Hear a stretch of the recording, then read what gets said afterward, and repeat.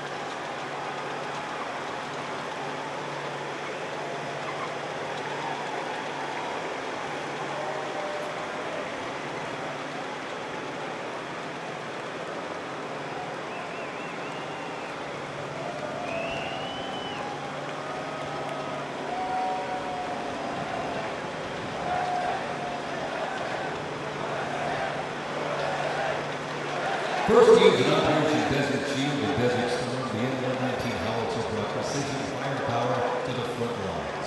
Lighter and more mobile than larger artillery, it was built for the infantry brigade, able to fire high in the air or directly at the target depending on the mission. Whether used in battery formation or as a standalone support weapon, the N119 delivered reliable, responsible fire when it mattered most. Still in service today, including on the front lines in Ukraine, it remains a trusted part of the Army's arsenal.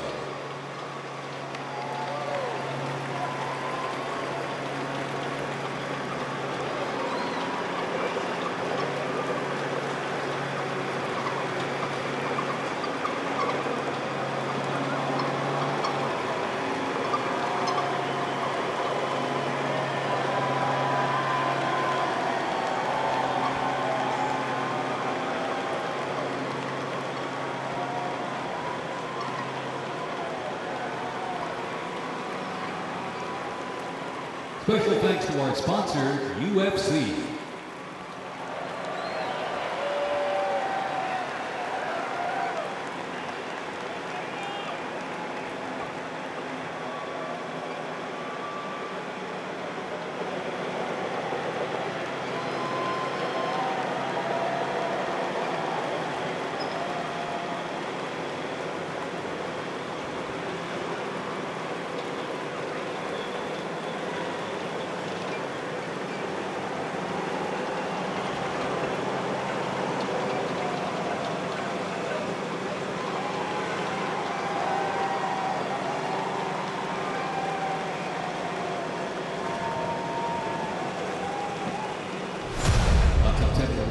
2001, terrorists destroyed the World Trade Center in New York City and struck the Pentagon in Washington, D.C. using commercial airliners. In response, the U.S. launched the global war on terrorism. The U.S. would stop potential threats around the world and take the fight to terrorist groups and the nations that back them. The Army immediately deployed forces to Afghanistan to destroy Osama bin Laden's al-Qaeda terrorist organization and depose his sponsors, the ruling Taliban. The 2003 President Bush expanded the war to Iraq. Soldiers and other armed services overthrew Iraq's dictator Saddam Hussein. The fight to stabilize Iraq and prevent terrorist groups from overthrowing its new government continues to this day. The campaign in Afghanistan lasted until 2021 when U.S. forces withdrew and the Taliban returned to power. Over the course of the two-decade conflict, over 2 million servicemen and women, less than 1% of the American population, deployed in support of the global war on terrorism. Most of those who served were members of the United States Army.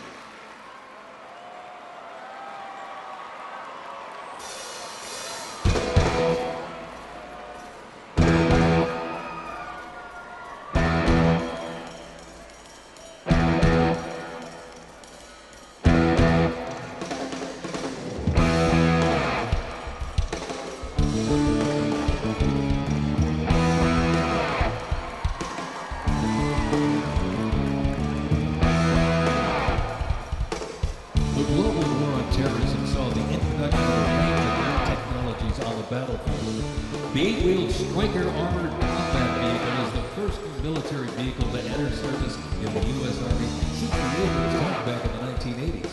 The vehicle was developed to fill a gap in the Army's inventory between the light infantry and heavy armor unit. The Stryker Armored Combat Vehicle enables the team to move in close and urban terrain, plus provide protection in open terrain, and transport infantry quickly to critical battlefield positions. The first Stryker vehicles were fielded back in 2002 with the first Stryker Brigade combat team deploying to Iraq in 2003.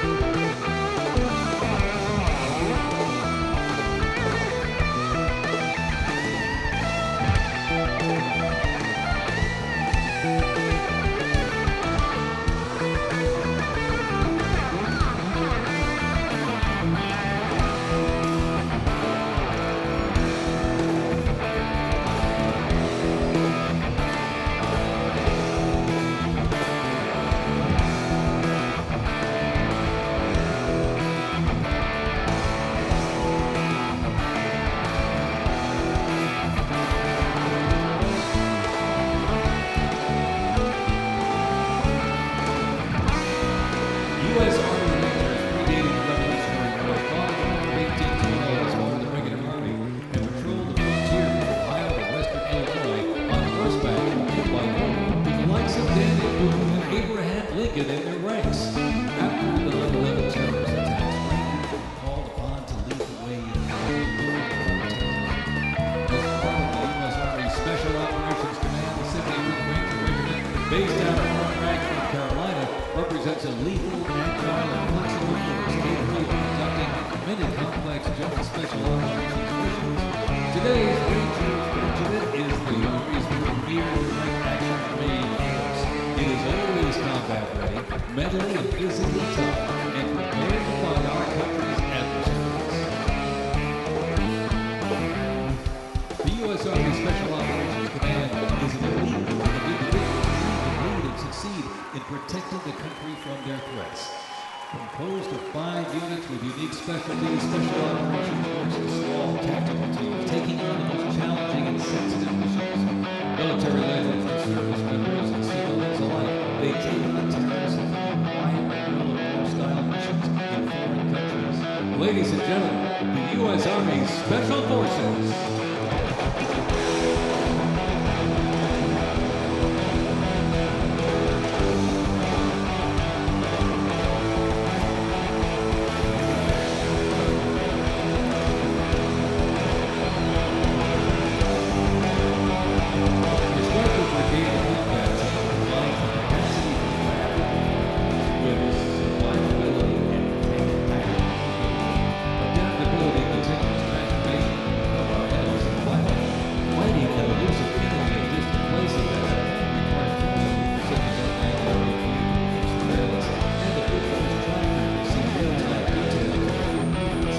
The United States does not face the challenging international environment alone. Our network of allies and partners is an advantage to our adversaries when we're going to match. Over 80 nations are called alongside the United States or assisted during the global war on terrorism.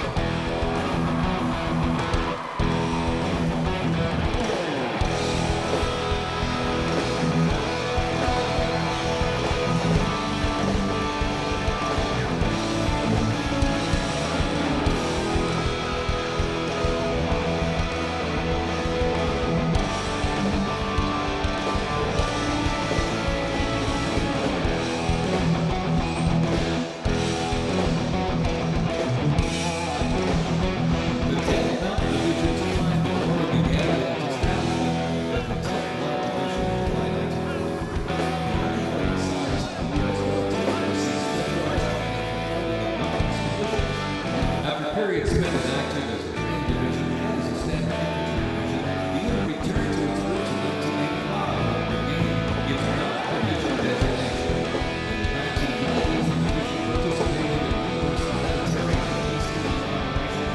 during the war on terrorism and technology and proved their valor as light fighters. Defeated the wars in Afghanistan and Iraq. Since 2002, 10th Mountain Division based out of Fort Leonard Park has been the most deployed regular Army unit. Its combat brigades have seen 20 deployments in Iraq and Afghanistan, Operation Rifle Freedom and Operation Infantry. To show America's military might, they have one purpose: to deter war and in order to defeat the enemies of the United States of America. They are the 10th Mountain Division.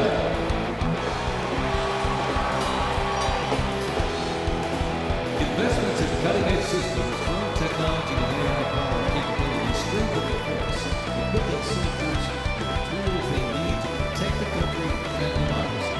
The Army has 8 Striker Brigade combat teams, 6 in the active component, and 2 in the National Guard.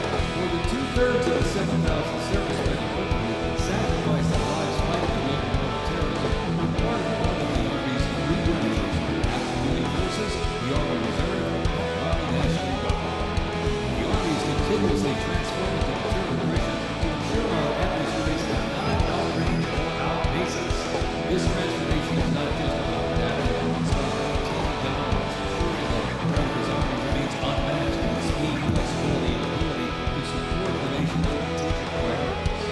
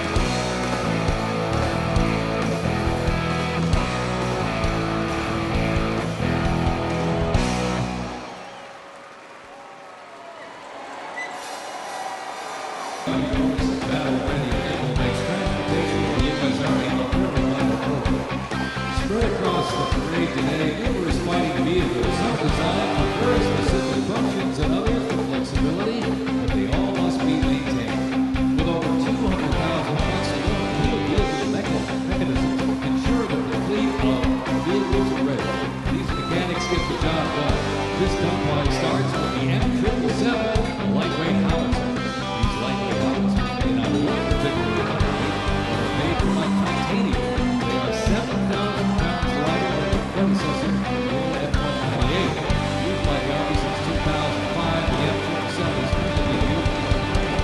Weighing only 4,700 pounds, the F-119 howitzer is small and is used by infantry brigades, particularly for aerosol missions. It was first used in Operation Desert Shield and Desert Storm in 1991 and is also seeing active use in Ukraine.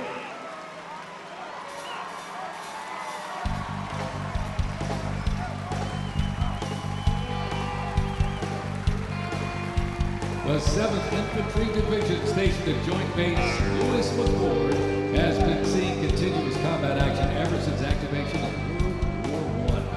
From Europe to the Aleutian Islands, Japan, Korea, Afghanistan, and the Pacific, the Bayonet Division boasts a proud history of answering the call of its motto, "Trust in Me," with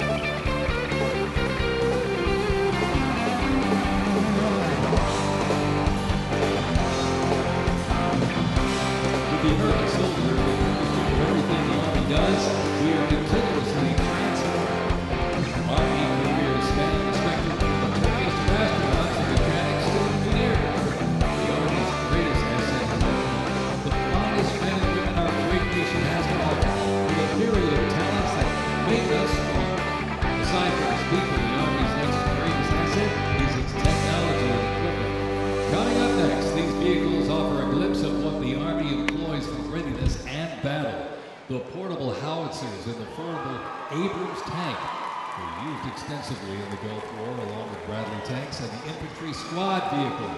The ISB provides enhanced tactical mobility of an infantry brigade combat team. This allows commanders greater freedom of movement and action. The ISB provides the warfighter with increased flexibility to ensure infantry units maintain momentum to achieve mission success.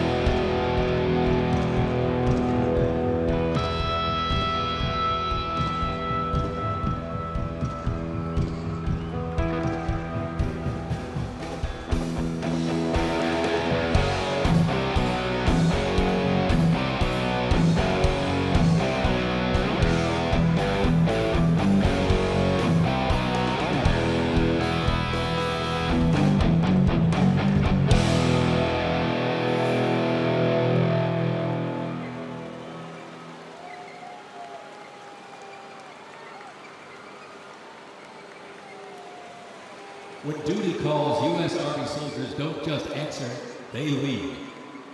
From Fort Bragg, witness a powerful demonstration of strength, purpose, and the unmatched capability of today's Army.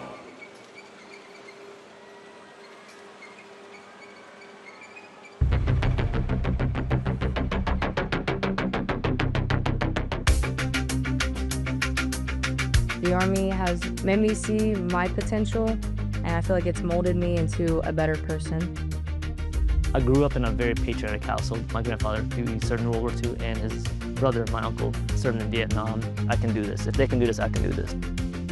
When I was born, my dad was still serving in the military, and him coming home in his uniform, I'm like, yeah, I want to do that. Ready for takeoff. My motivation, I think it follows in line, I think, with what my family's done is kind of a sense of duty to serve our country and give back since it's given us so much. I'm a very, let's say, timid person, but definitely helped me become a more confident person.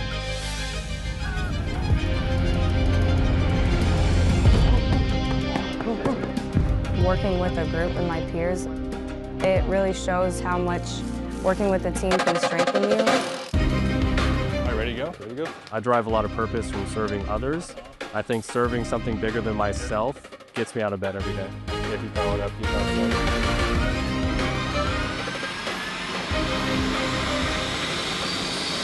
I definitely pushed myself further than I ever thought I could go. I joined the military service because I want to deploy. That's my main goal, is deploy, deploy, deploy. If we get the call, we have to go somewhere, we'll do what needs to be done. That's just the way we operate here.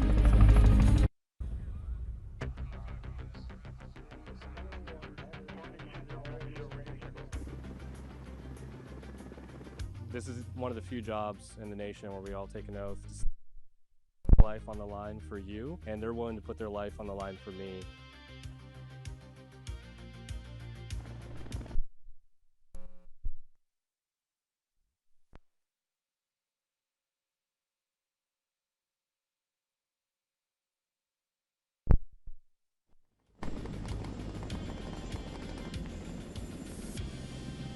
We're always ready to deploy within 18 hours and handle the mission at task.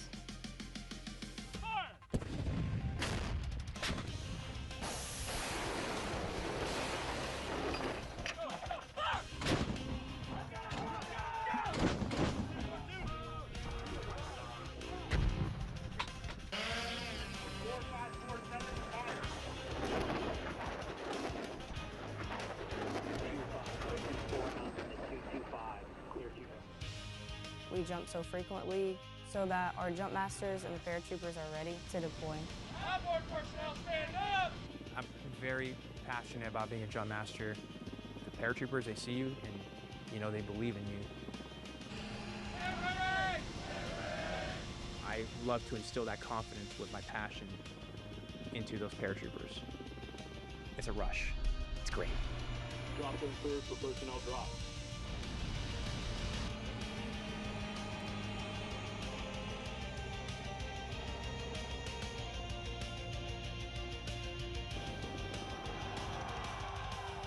This week we honor 250 years of valor and glory and triumph by the greatest fighting force ever to walk the face of the earth, the United States Army. For 2.5 centuries, our soldiers have marched into the raging fires of battle and obliterated America's enemies. I love the Army. It is a great place to set yourself up for success, to prepare yourself for the future. God bless you, God bless our soldiers, and God bless the U.S. Army.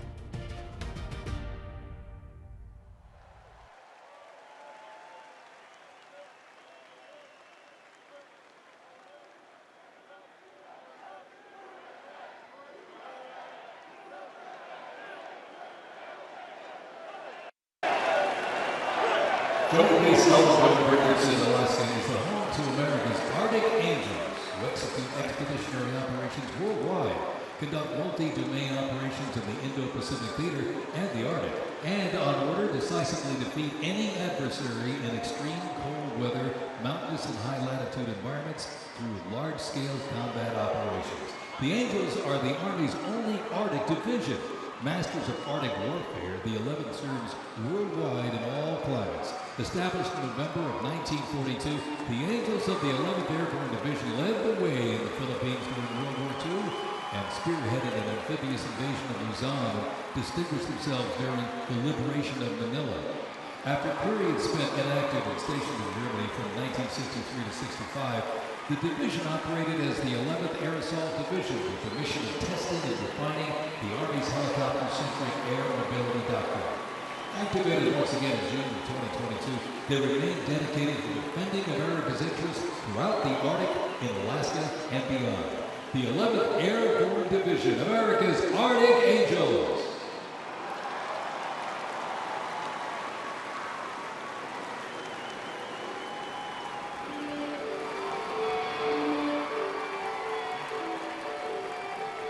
Requiring ongoing maintenance in the field and on base because nothing happens until something moves, wheeled vehicle mechanics supervise and perform maintenance, repair, and recovery operations on vehicles that serve the Army in a variety of mission-critical roles. Included in the array of mobile artillery such as Paladins and the Abrams tank is the Joint Light Tactical Vehicle known as the JLTV. It's highly adaptable, providing protected and sustained mobility for personnel and vehicles. The JLTV is known for its off-road capability while providing armor against small arms and improvised explosive devices. The JLTV, right there.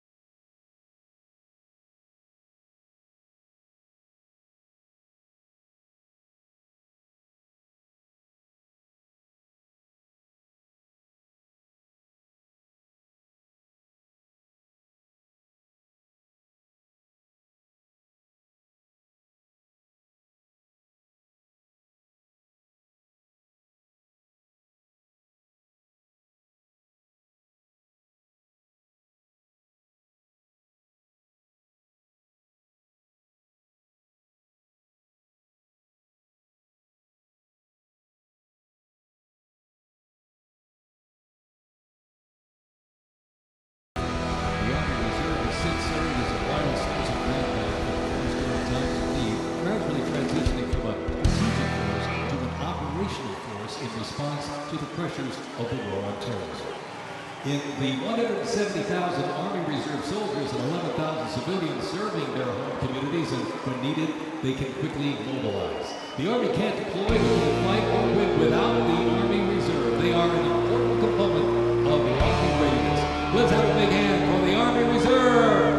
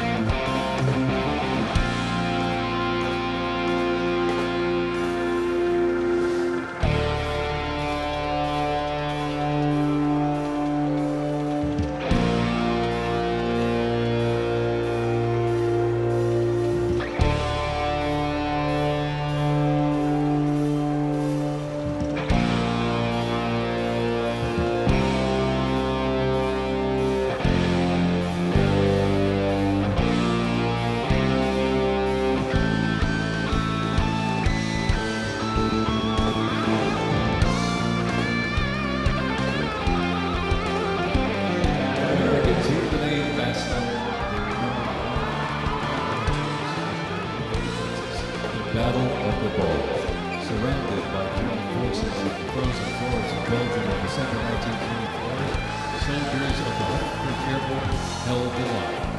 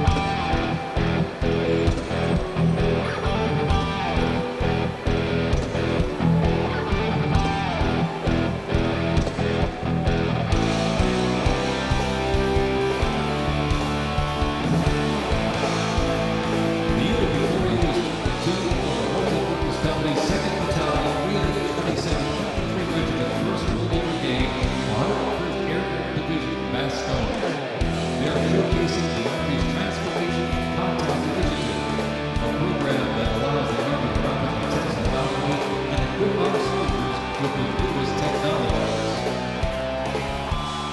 Modern mobile and mission-ready, the Bastard Brigade continues to adapt to the threats while staying rooted in the fierce resilience that define its work. They are carrying the next generation squad weapons, the XM-7 and XM-250, both equipped with the XM-157. The vehicles are the infantry squad vehicle, a mobility asset that can rapidly move through most terrain types. The trailer is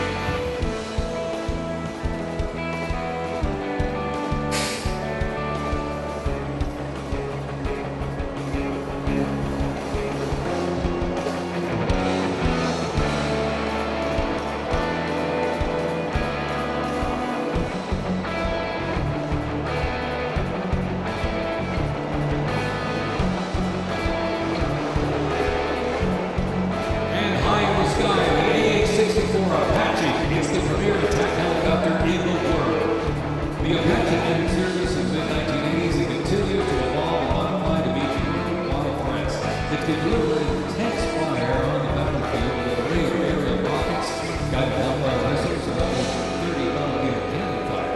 The aircraft you see here is configured with a sophisticated targeting radar system that can operate in poor visibility and in black and light.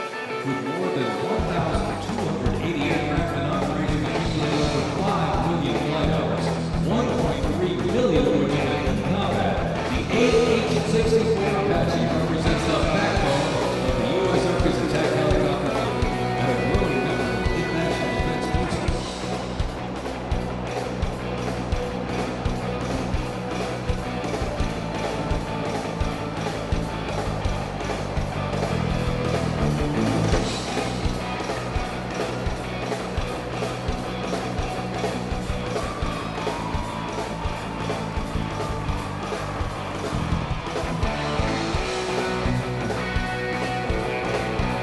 Special thanks to our sponsor, Lockheed Martin.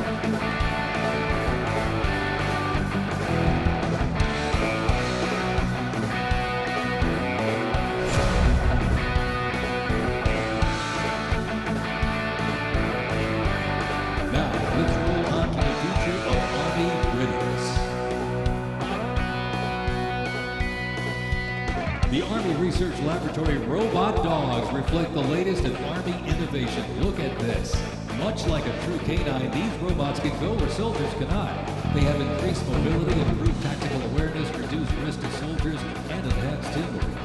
Replacing soldiers, robot dogs can explore terrain that may be difficult for soldiers to traverse, dispose of explosive weapons, or act in defensive posture, replacing capacity with robot.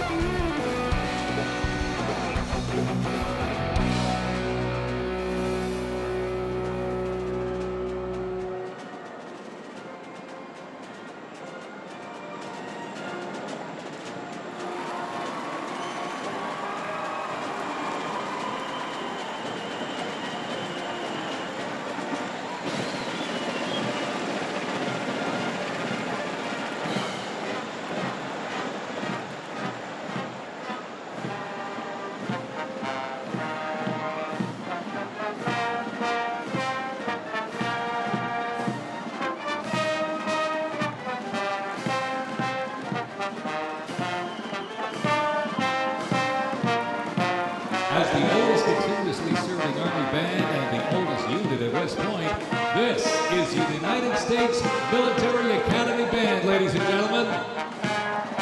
West Point Band traces its history to a single drummer and fighter recorded by George Washington during the American Revolution.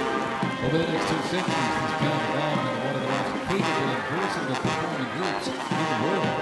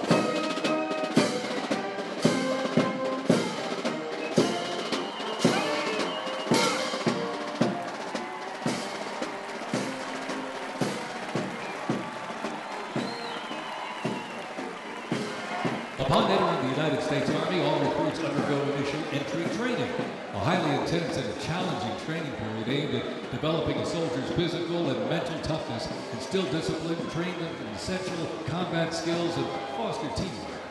IET transforms civilians into soldiers based on the 7 core Army values: loyalty, duty, respect, selfless service, honor, integrity, and personal courage.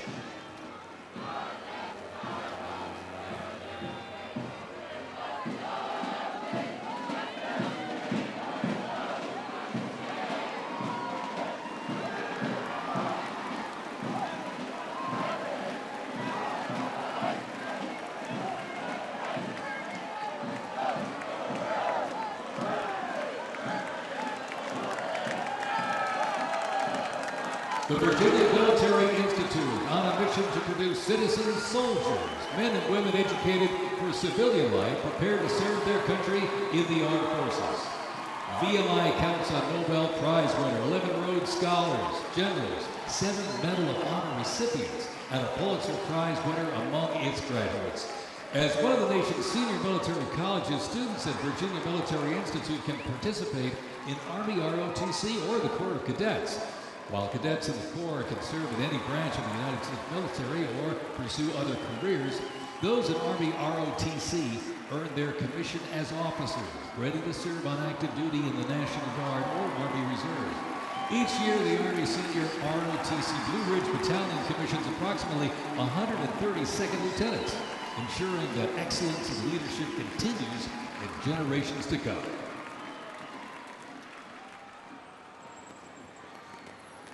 The Citadel, the Military College of South Carolina, offers students the opportunity to participate in Army ROTC or the historic Corps of Cadets. Founded in 1842, the Citadel is the 3rd oldest of the senior military colleges and is known for its Corps of Cadets living and studying under a classical military system that makes leadership and character development essential. While military service is not required in graduation, more than 120 students earn their commission each year through the Army Senior ROTC Palmetto Battalion, playing a vital role in shaping the future.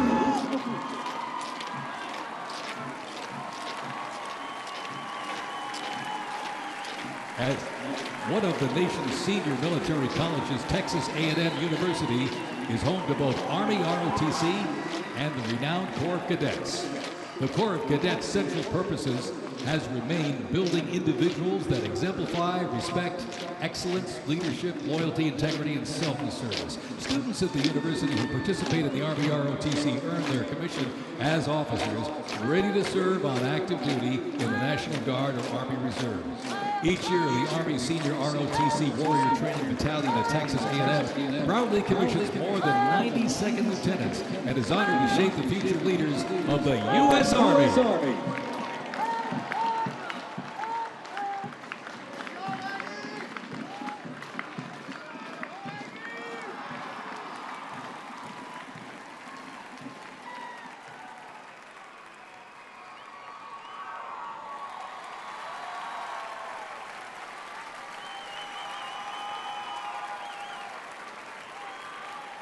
In a powerful display of commitment, these future soldiers will raise their right hand and take an oath of enlistment, pledging to serve our nation. This joint formation is proudly led by the Joint Task Force, National Capital Region, and the Military District of Washington Retention Team.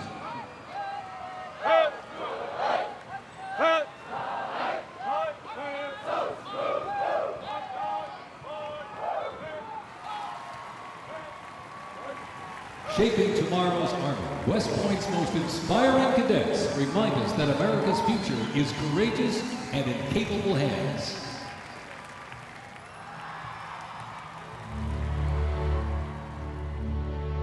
The pride to serve my country knows that I'm doing it not for myself. Every day I put on the uniform, not just representing Caroline Robinson. I'm representing my company here at the Academy. I'm representing West Point. I'm representing the United States Army, and ultimately, I'm representing the United States of America. I really came to West Point because belief in the American dream and giving back to our country. You're a part of something that is much bigger than yourself. You're a part of a tradition of excellence and a legacy that's connected not only to the Academy, but to the American Army.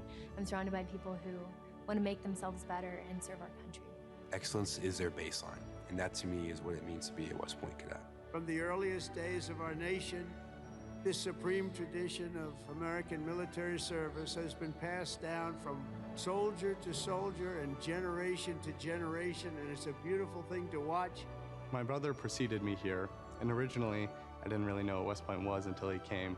But when I saw the mission that they were committed to, of upholding the principles of American democracy and protecting the Constitution, I knew it was somewhere I had to be. Every time that we lived outside of the United States, I always developed this sense of gratitude and pride of being an American, and I wanted to give back to my country what it gave to me. And it wasn't until I zipped up the blouse and I put the belt on for the first time that I realized that I was going to be serving my country, and it felt right. West Point was the place that I needed to be, and more importantly, the Army was where I wanted to be. I just looked to the left and right over basic training and realized that we all had the same American patch on our shoulders, that we're all fighting for the same thing. I mean, there was no better feeling in the world knowing that every single person around you is committed and willing to die for that mission. You came for excellence, you came for duty, you came to serve your country, and you came to show yourselves that you are among the smartest, toughest, strongest, most lethal warriors ever to walk on this planet. What excites me the most about my future in the Army is the opportunity that I'm going to have to give back to the American soldiers that I'm going to be leading. Because ultimately, they don't get to choose. And to me, it's that burden of responsibility to be the best leader. And as a young officer, that's going to be exactly what I get to do. I was the cadet basic.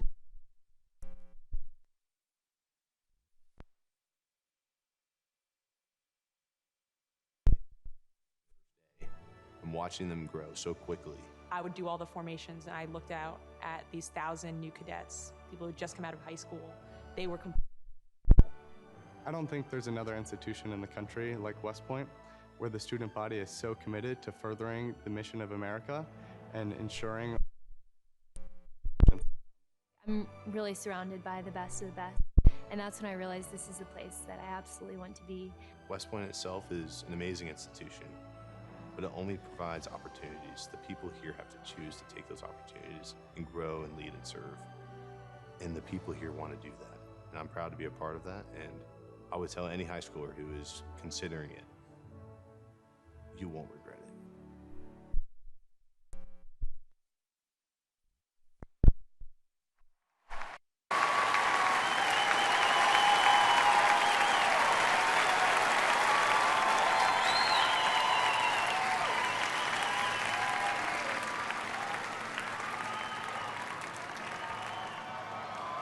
Left. Pace. Mr. President, First Sergeant Norton reporting for duty, sir. Ready to commence the ceremony as directed. I state your name. Do solemnly swear. That I will support and defend. The Constitution of the United States of America. The Constitution of the United States of America. Against all enemies. Against all enemies. Foreign and domestic. Foreign and domestic. That I will bear true faith. That I will bear true faith. And allegiance to the same. And allegiance to the same. And that I will obey the orders. And I will obey the orders. Of the President of the United States. Of the President of the United States. And the orders. Of the officers appointed over me. According to regulations.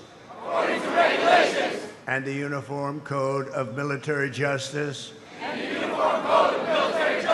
So help me God. So help me God. Congratulations, congratulations. Welcome to the United States Army, and have a great life. Thank you very much. Have a great life. Thank you.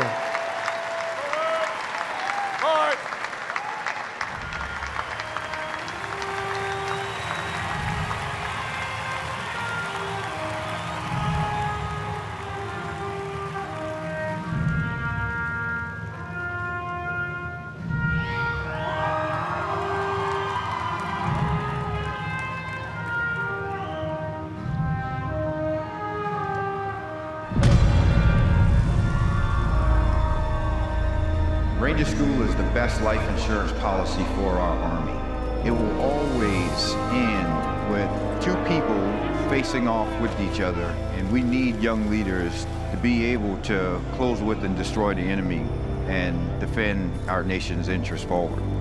Surrender is not a Ranger word.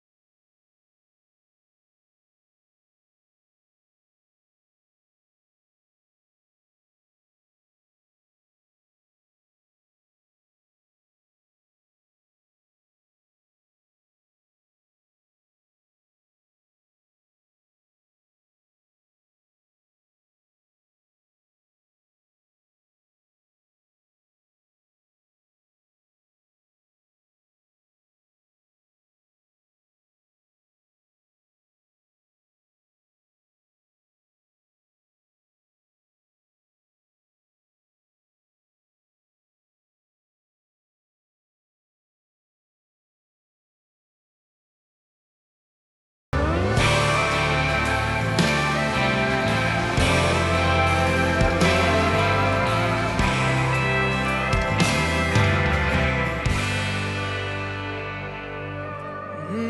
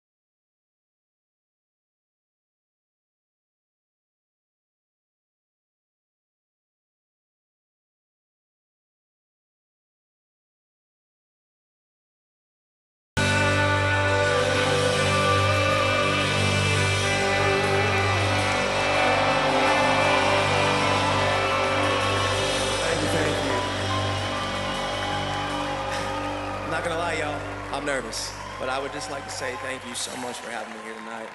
I am just so fortunate to be here in front of y'all, and thank you guys so much for what you guys do. And honestly, happy birthday, y'all. Happy birthday.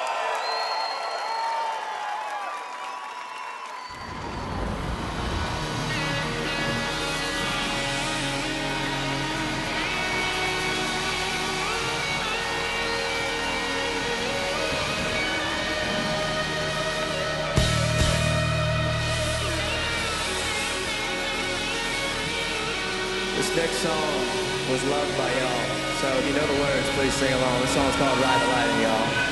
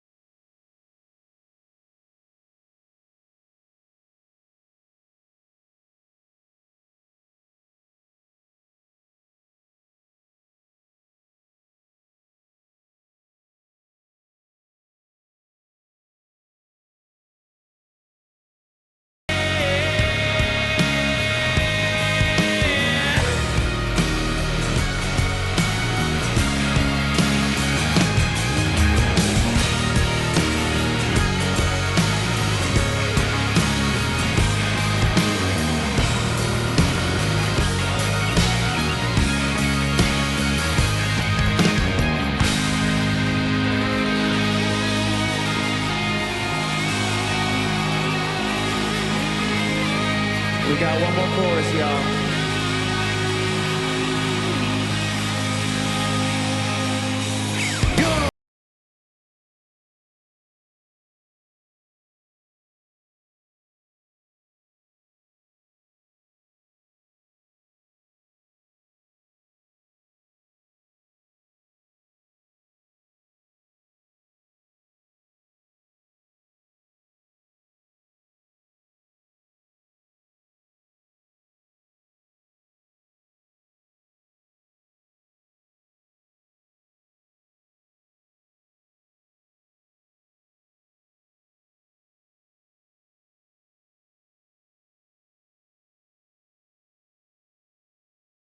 Ladies and gentlemen, everybody here, everybody that has attended tonight, I just want to say thank you so much. And I'll leave y'all with this. I'm Warren Zatters, y'all. Thanks for having me.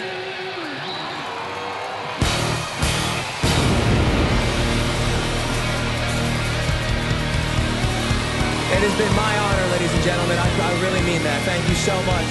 Happy birthday to the Army. Happy birthday to our President, Donald Trump. Amen, y'all. God bless America, baby!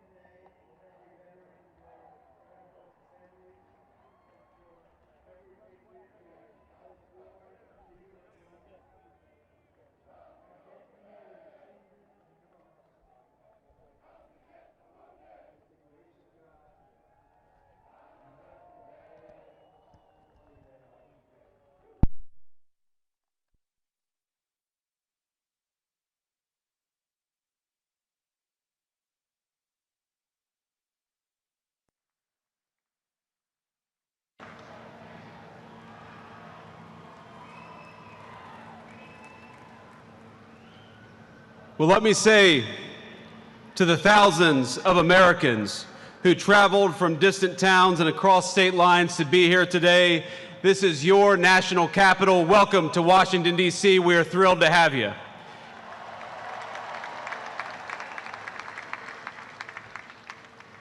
This evening, as we celebrate the 250th anniversary of the United States Army, the oldest branch of the greatest fighting force ever known to man, I want to say to all the soldiers all across our nation's capital and all across the world, happy birthday, soldiers. We're proud of you.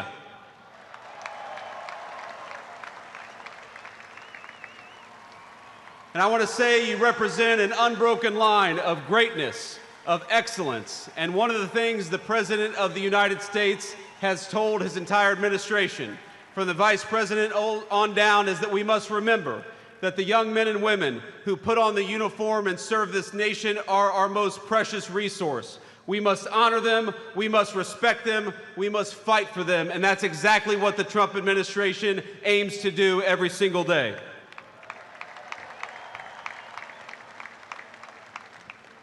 And so to our soldiers, we're so proud of you, and let me tell you that the way that we honor and respect you is, number one, we never ask you to go to war unless you absolutely have to, and number two, when we do ask you to go to war, we give you the weapons and the support needed to kick the hell out of the enemy and come back home safely.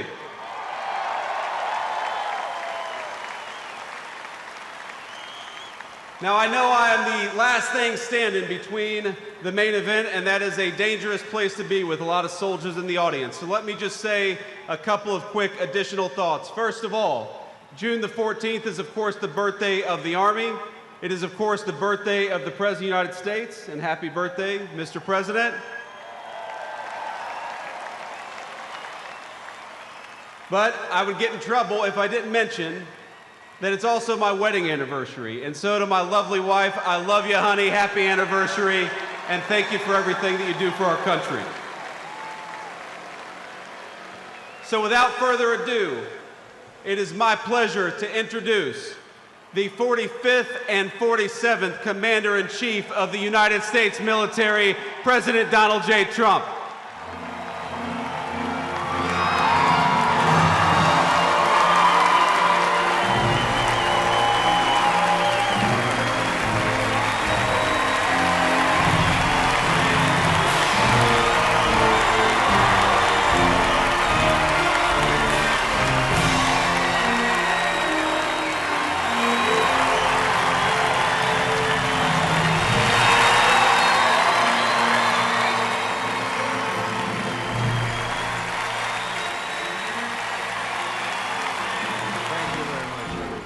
Thank you to Vice President Vance, and thank you to our wonderful First Lady, and above all, thank you to the greatest, fiercest, and bravest fighting force ever to stride the face of this earth, the United States Army. Thank you very much. Because the Army keeps us free, you make us strong, and tonight, you have made all Americans very proud. They're watching from all over the world, actually. Made them all very proud. Every other country celebrates their victories. It's about time America did too. That's what we're doing tonight. And watching this magnificent display, our souls are filled with gratitude for every generation of warriors who have worn the uniform all the way back to the very beginning. So to every veteran across our land, and right here in our nation's capital, including 6 recipients of the Congressional Medal of Honor, we love you, we honor you, and we salute your noble service to our flag and to our country. As we celebrate tonight, we also think of the hundreds of thousands of Army soldiers who have made the supreme sacrifice for our nation and selflessly laid down their lives in every war, from the Revolution to the War on Terror. To the Gold Star families with us today, the courage of your heroes is the bedrock on which our entire nation stands. We thank you. Yes, we thank you. Today we commemorate an event that did not just change American history, but changed the history of the entire world. With the creation of America's Army on June 14th, 1775, liberty got its shield and the freedom got its sword. Those first Army patriots in the American Revolution fought against a fearsome enemy and impossible odds, but they were armed with a righteous cause. They were led by an indomitable commander, a truly great man, General George Washington, and they were united by an eternal creed.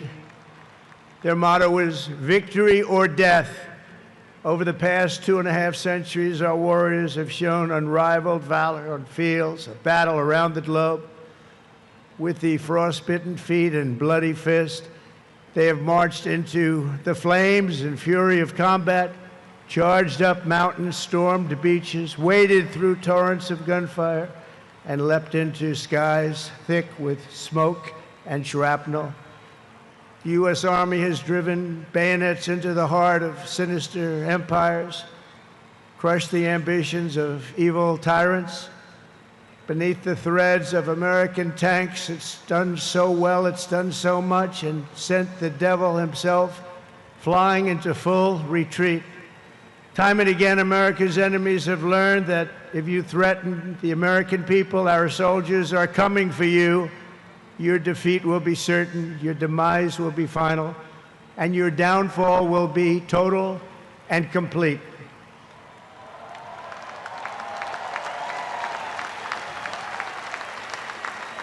Because our soldiers never give up, never surrender, and never, ever quit.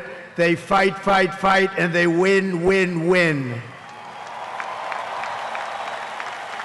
And that's why no institution in history has entered more names into the roster of American heroes than the U.S. Army, the Congressional Medal of Honor, more than anyone or anything. There was Mad Anthony Wayne, asked by George Washington to lead a daring midnight raid up the cliffs of Stony Point with unloaded muskets and only their bayonets to fight the redcoats. Mad Anthony replied, "Issue the order, sir, and I will storm into hell for you." Then there was the Civil War general, John Corse, shot in the face in combat. He fired off a message to his commander: "I am short a cheekbone and one ear, but I am able to whip the hell out of all of them." He stayed on the front lines, it seemed forever. In World War II, there was the great Creighton Abrams, besieged on all sides by the Nazis at the Battle of the Bulge. He boldly proclaimed, "They've got us surrounded again, the poor bastards." This is the fighting spirit and unyielding force of the U.S. Army. It has never changed, and it will never, ever change, because there is no earthly force more powerful than the brave heart of a U.S. infantryman or an Army Ranger, paratrooper, or Green Beret. They are the best, they are the finest. From Bunker Hill to San Juan Hill, from Gettysburg to Guadalcanal, from Yorktown to Shiloh, and from the trenches of the Argonne to the mountains of Afghanistan, the Army has forged a legacy of unmatched courage, untold sacrifice, and unequaled and undying glory. Our soldiers have poured out their blood by the bucketful on Missionary Ridge and Heartbreak Ridge, on the sands of Sicily, Normandy, and the Philippines, and on the dusty streets of Da Nang, Baghdad, and Fallujah.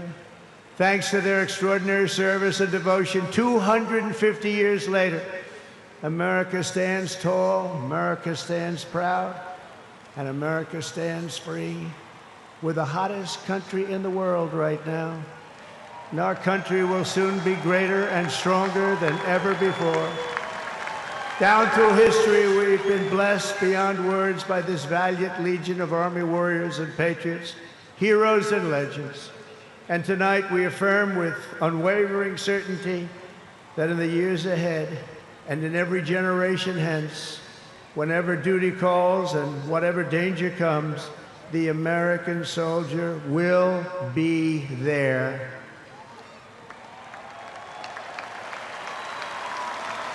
No matter the risk, no matter the obstacles, our warriors will charge into battle. They will plunge into the crucible of fire, and they will seize the crown of victory, because the United States of America will always have the grace of Almighty God and the iron will of the United States Army. Congratulations to everybody. We love our country. We've never done better.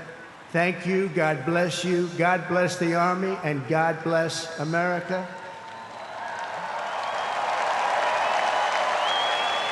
And now I'd like to ask our great First Lady to join me at the podium. Thank you very much, everybody.